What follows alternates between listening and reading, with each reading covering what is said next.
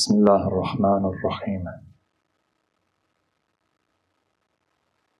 الحمد لله رب العالمين والصلاة والسلام على أشرف الأنبياء والمرسلين سيدنا ومولانا أبي القاسم محمد اللهم صل على محمد وآل محمد وعلى آل بيته الطيبين الطاهرين المعصومين المظلومين الذين اذهب الله عنهم الرجس وطهرهم تطهيرا. اللهم صل على محمد وآل محمد. أما بعد.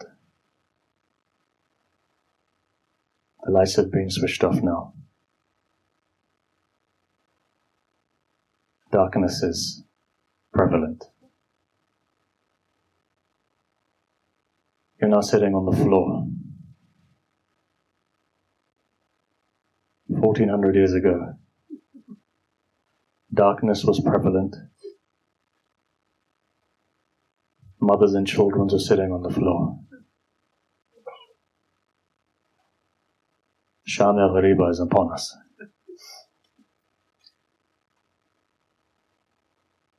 Shaam-e-Ghariba is Gharib. It is a night of those people who have no one. Tonight is a night of loneliness. Tonight is a night of orphans. Tonight is a night of those people whose hearts are broken. Tonight I want you to take yourself one more time to Karbala.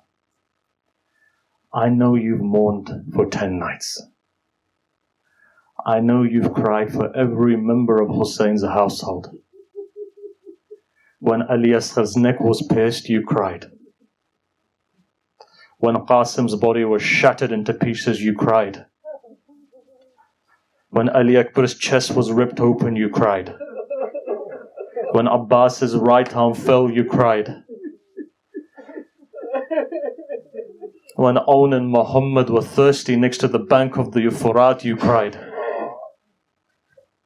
You cried because you know the purpose of crying is to gladden the heart of Fatima. Maybe Zahra's heart was slightly gladdened as your tears fell to the ground. In the words of the sixth Imam, when they asked him, Mawla, why do you cry for? He said one reason. He said to gladden the heart of Fatima. There's a hadith that I want to begin with. Hadith is from the sixth Imam. Hukum is being given by the Abbasi Khalifa. Go and burn the house of the sixth Imam. As his house begins to burn, Mawla comes into the sahn of the house and he sits down into the house. And as everything is burning, your master isn't moving. To the extent that they say a servant comes to him and says, Mawla, the house is burning. Why are you not moving for? He sits there crying. He says, one reason. He said that when I saw my daughters running from one end of the room to the other end of the room, I said, I'm alive. And my daughters are running like this from one room to another room. I remembered my Jad Hussein.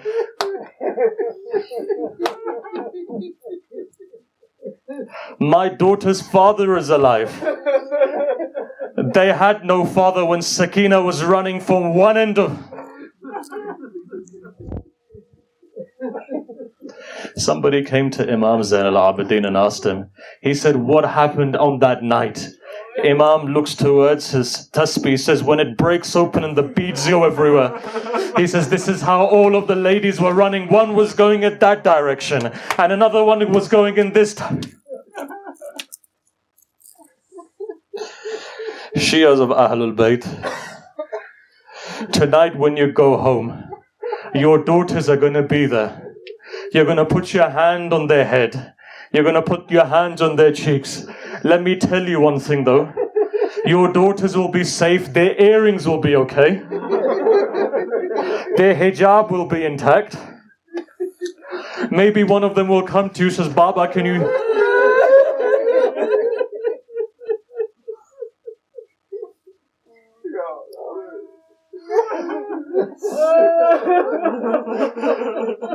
And just by your crying, I know who has daughters in this room.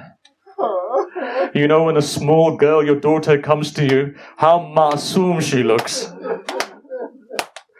She says, Father, I feel thirsty. What do? You get up and you run to get her water. If she was to ever fall onto the ground, what would you? It breaks your heart. You run to grab her.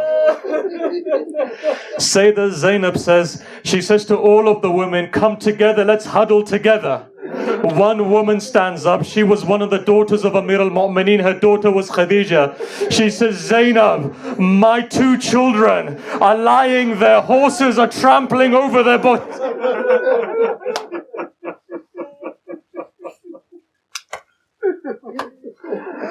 Trial and tribulation is beginning. You know what the tradition says?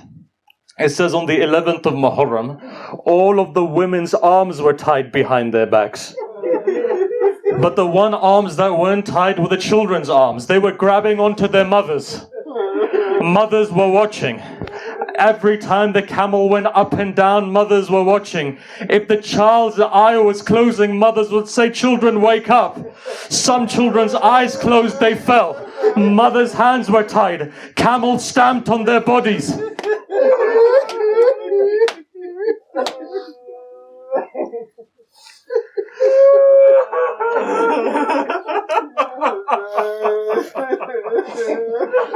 Ghariba Hussain, Madloom Hussain. Look, if I had the energy to recite, I would recite. Honestly, you wouldn't be, if you're crying, like you wouldn't be able to take it. Can I just give you one riwayah? If only I can recite this. If only I can recite this.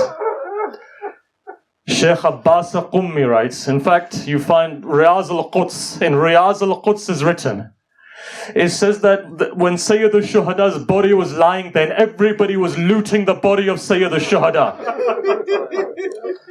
They said one man came at the end, he saw there was nothing left on Sayyid al-Shuhada's body but a ring. He puts his hand on the finger of Sayyid al-Shuhada, he feels that he can't take it off. He takes out a knife and he begins to hack it.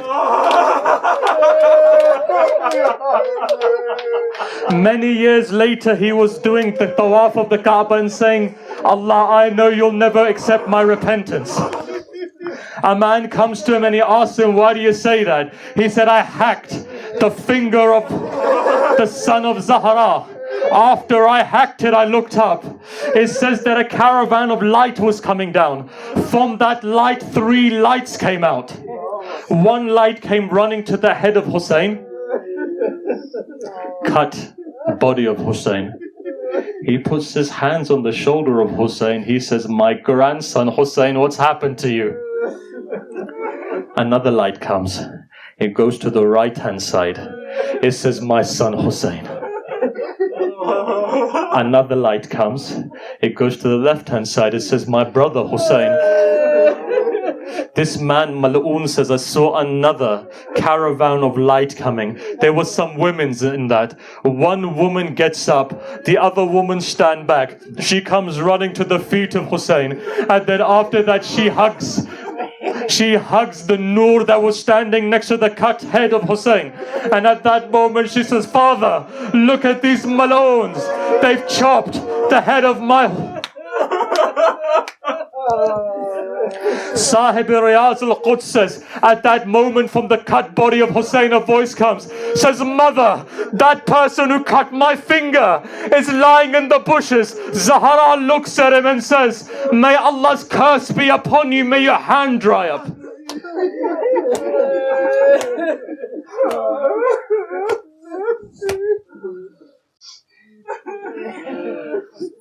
Look, nor do you have the strength to listen, nor do I have the strength to recite. The only reason I'm reciting slowly is because I don't want any of you to pass out. Shall I give you a tradition?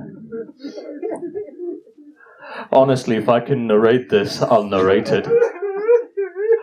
On the 11th night, which is the night which we call Shaam Ghariba, Tradition says this. It says when all of the women's hands were tied, then Umar ibn Sa'ad gives a hukum. He says, loot all of the women. When all of the women were looted, one 4-year-old girl was standing there. As she was standing there, Shimr comes towards her. Shimr just says one thing. When hukum was given, all women take off their earrings and jewelry as well. One small girl was fumbling with her ears.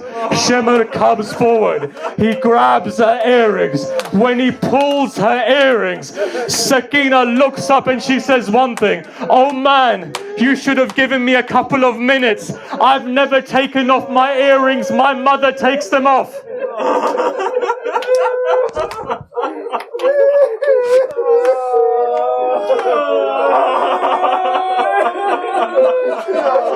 My mother takes off my...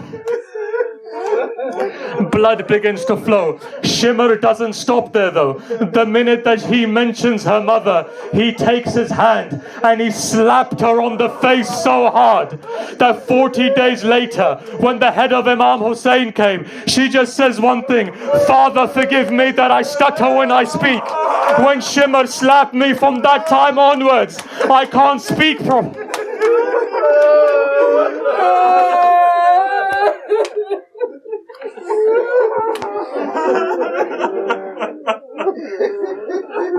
Sakina falls to the ground.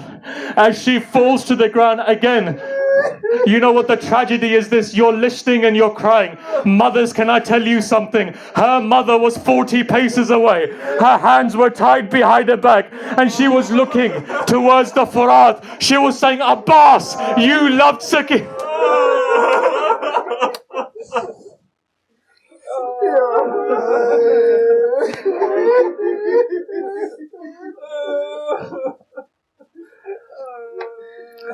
Now if I can recite this one more thing. Allah give me strength. I don't have the strength to recite. You know when Mukhtar said to Khuli, what did you do on that day? You know what he replied? Forgive me. Forgive me that I'm saying this, especially if there's any awlad of Zahra sitting here. Forgive me that I say this. You know what he said? He said after all of the women's hijab was snatched, there was one woman that nobody could snatch her hijab. She was Aqila Bani Hashim. Said no man could even go next to her because she was ferocious. We knew who she was. Khuli said, I walked forward. When I walked forward, all of the army of Yazid turned their backs. They couldn't see this.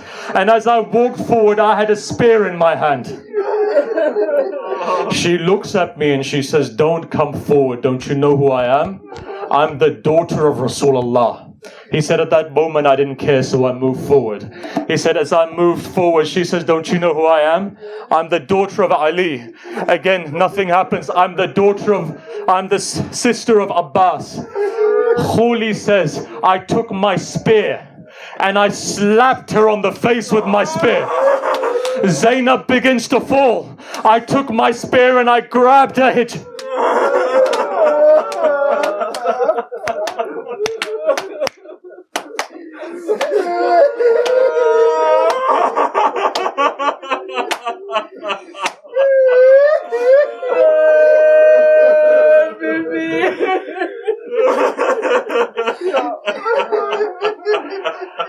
Mukhtar says to Hamid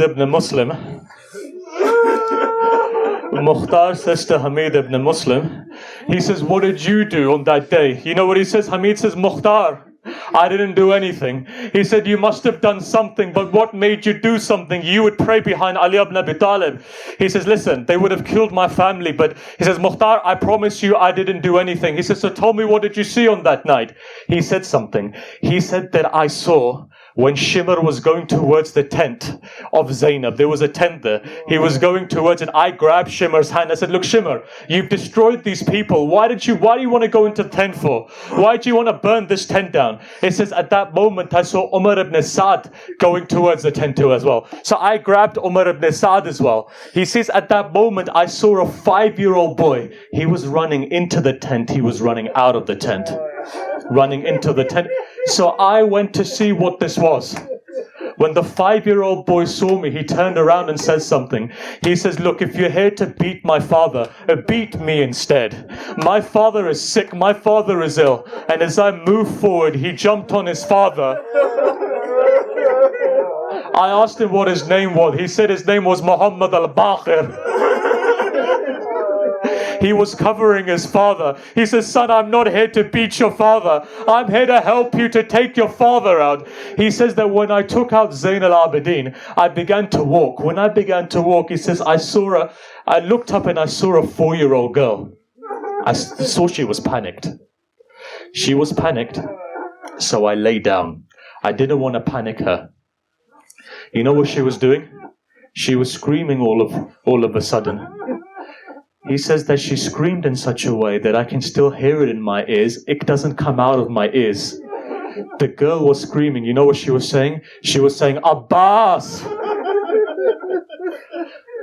I looked towards the Furat. I saw a body was shaking. But the body wasn't standing, it was shaking. He said, I moved forward. I could see her clothes were burning. When she saw me, she looked at me in fright like a girl would. Her knees were shaking.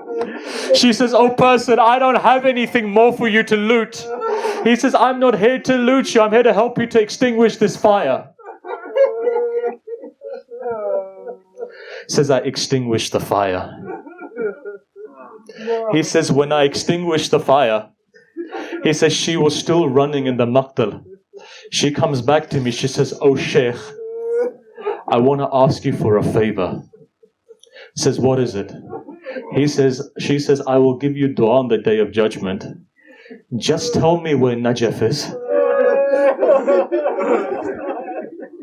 Says, daughter, why? What have you got to do with Najaf? You know what she replies? She says, every time I go to my father, they beat me. When I go to my mother, they beat me. I want to go to my grandfather in Najaf and complain that my cheeks can't take it anymore. My right cheek is bruised and my left cheek is...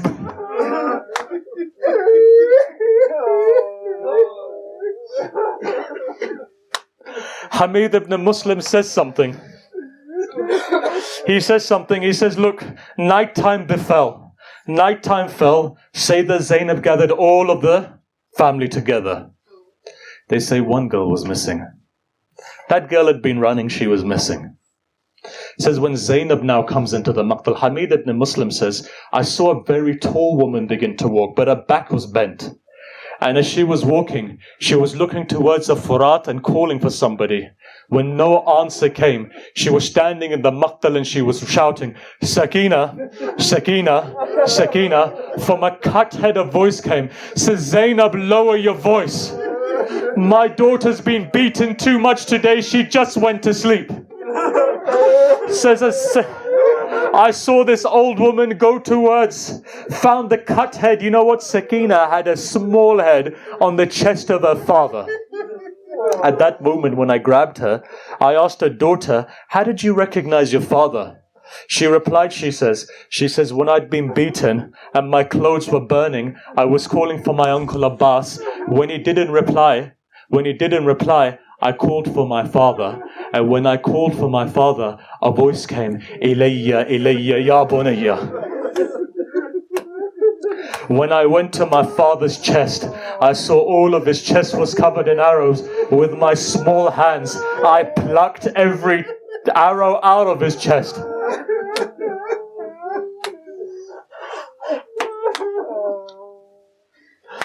Look, I can't recite anymore. You won't be able to take any more of this. All I'll say is one more thing and I'll conclude. You know what that one more thing is? Nighttime now befalls. Hamid ibn Muslim just says one thing. He says eventually a time comes when Zainab herself goes into the maqtal. She faces towards Najaf herself. And as she faces, I saw a horse rider. He was coming. Sheikh Abbas Qummi writes, he says a horse rider was coming. And at that moment, all I heard was Zainab turn around and say, Kulthum, bring something. My father is coming.